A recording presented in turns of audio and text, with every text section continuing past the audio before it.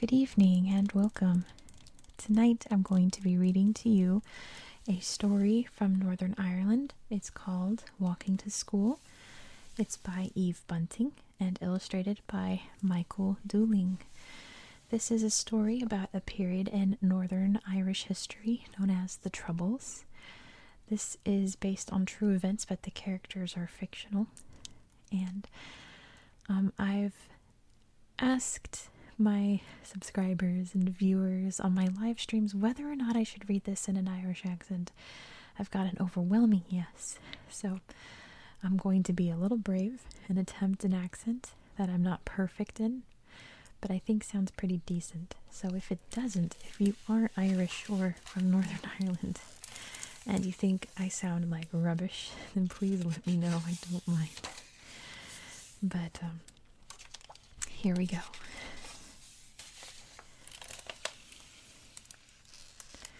Here, I'll let you look at the pictures because this book's kind of wide.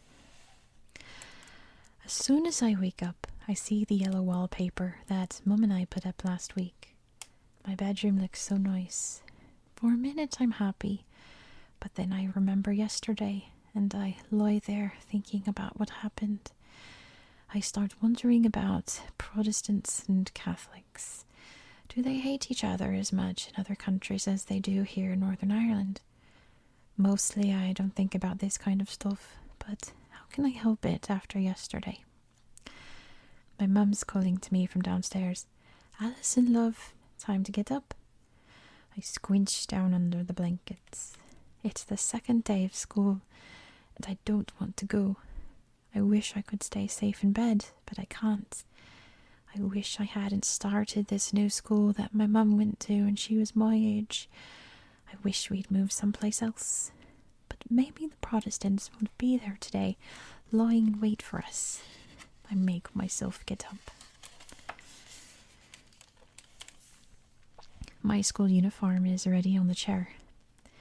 I put it on. All summer I loved the thought of my new uniform, especially the blazer with the St. Clair's Primary School for Girls crest on the pocket and on the brass buttons. I don't love it anymore.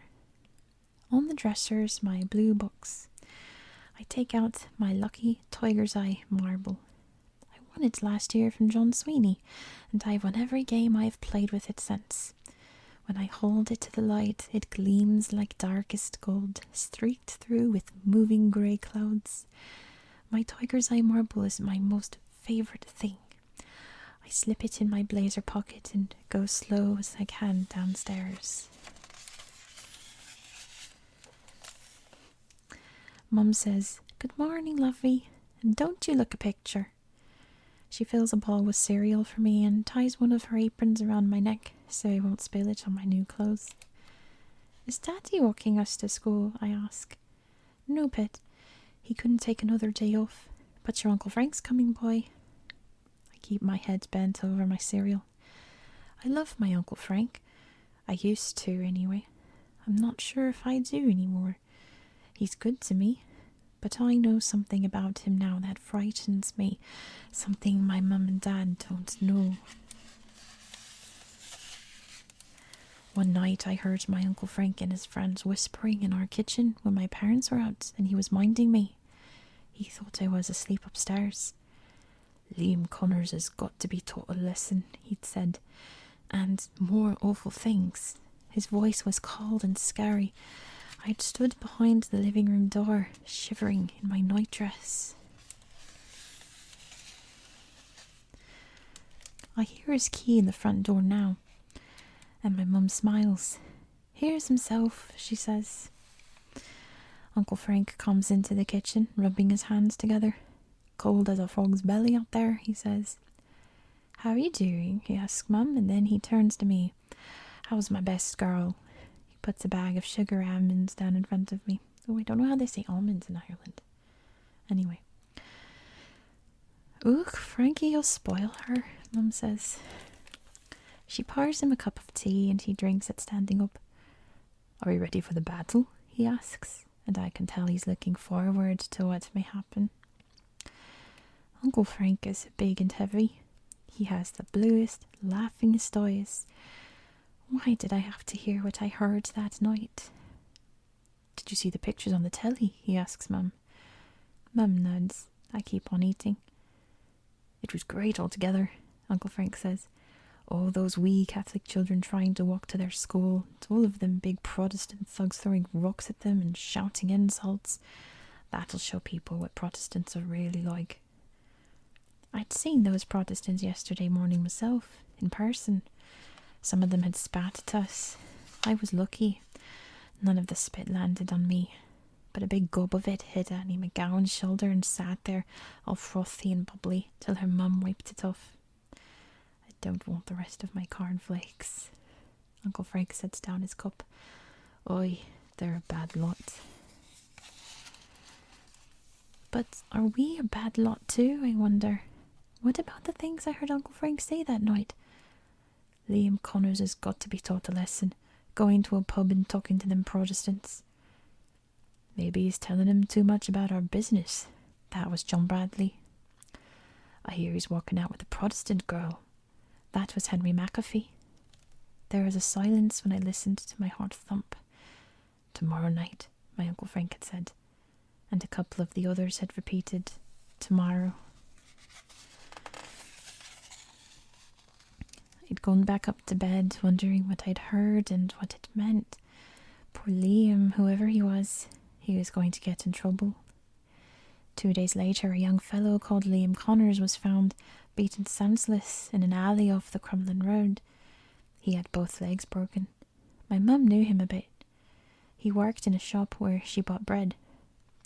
It's terrible, she'd said, and him such a nice wee lad.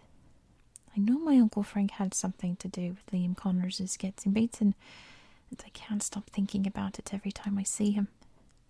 Are we ready? He asks now, and my mum lifts the apron off me and smooths my hair. We are, she says. Uncle Frank drains his cup. Let's go.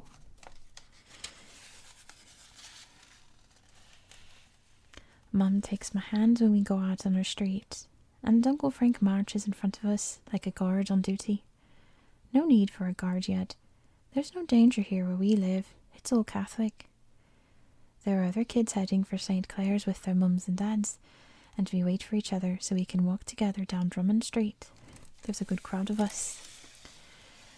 Drummond is Protestant territory, but we have to go along it to get to our school. That's the trouble. My mum says children going to St. Clair's always had to go this way. She and her friends walked along this street, but nobody bothered them then. It's as if Protestants and Catholics hate each other more now. There you go. The Protestants who live in Drummond are lined up waiting for us. I can see them up ahead. I close my fist on my lucky marble in my pocket. The noise is awful. They're blowing horns and whistles and clanging the metal lids of rubbish bins. Some of them are wearing scary Halloween masks. They're shouting stuff I don't want to hear. I want to put my hands over my ears, but I'd have to let go of my lucky marble. Aye, straight ahead, my mum shouts at me. Pretend they're not there. But they are there. There are lots more of them today than yesterday. Today there are kids too. The crowd's screaming stuff. There are plenty of bad cuss words flying. I'm 8 years old and I've heard some of those words before, but what about the little kids? Some of them are just far. The Protestants have sticks too, but they're only waving them so far. There are reporters walking backward in front of us. One is shouting into a microphone, "Tomorrow there will be soldiers here in Drummond Street to protect these little children on their way to school." That's the stuff, Uncle Frank screams. He's excited and happy. I'm pushing my way along. Suddenly somebody grabs my blazer and tears off one of my buttons. I crouch down trying to get it, but it's rolling away. And then I see this girl, this Protestant girl about my age. She has on pink high-top tennis shoes and she's down on her hands and knees, crawling in among the Protestant feet. She wants my button. She wants a Catholic souvenir. People are shoving at her. Somebody steps on her hand, but she finds my button, picks it up, and then crawls towards me. She stands and holds it out to me. She has frizzy brown hair and she's wearing a navy blue sweater. "Is this yours?" she asks. "'Tis," I say.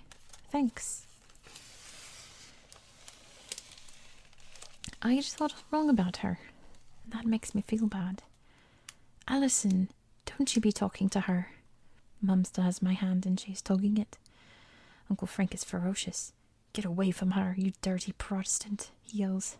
The girl takes a step back. "My mum made me come," she shouts to me. "I didn't want to. I hate this." "Me too." I take out the tiger's eye marble from my pocket and call, "Here, this is for you. It's lucky." I have to stretch back to reach her hand. Her fingers close around the tiger's eye and then she opens them and looks down at the marble. "Thanks," she says. For a second or two I see the shine of it, the jungle colours, and I want to snatch it back. But I don't. I see the girl's fist close on it tightly, and then Uncle Frank jerks me away. I look over my shoulder though, and I can still see her. She's looking down at the marble, and then she lifts her head. She smiles at me and gives me a small secret wave. I give a small wave back. Uncle Frank's mouth is set in a tight line. "Are you mad altogether, girl?" he says. "Getting friendly with the enemy." "Who says she's the enemy?" I mutter. We get to school and I sit at my desk and Miss Gallagher asks if we're all right. "We are, Miss Gallagher," we say, and she nods, all serious, and says, "You're all Irish heroes, so you are." I stare out the window. What is she talking about? I don't feel like a hero. All I know is I met a Protestant girl who was nice. She said she hated this fighting, and so do I. I think we could be friends if we had the chance. I know we could, if the grown-ups would let us. And that's the end. Let's read the author's note.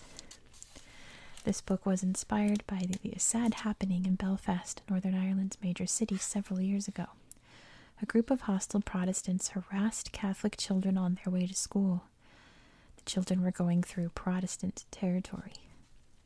Conflict between Catholics and Protestants in Northern Ireland is centuries old.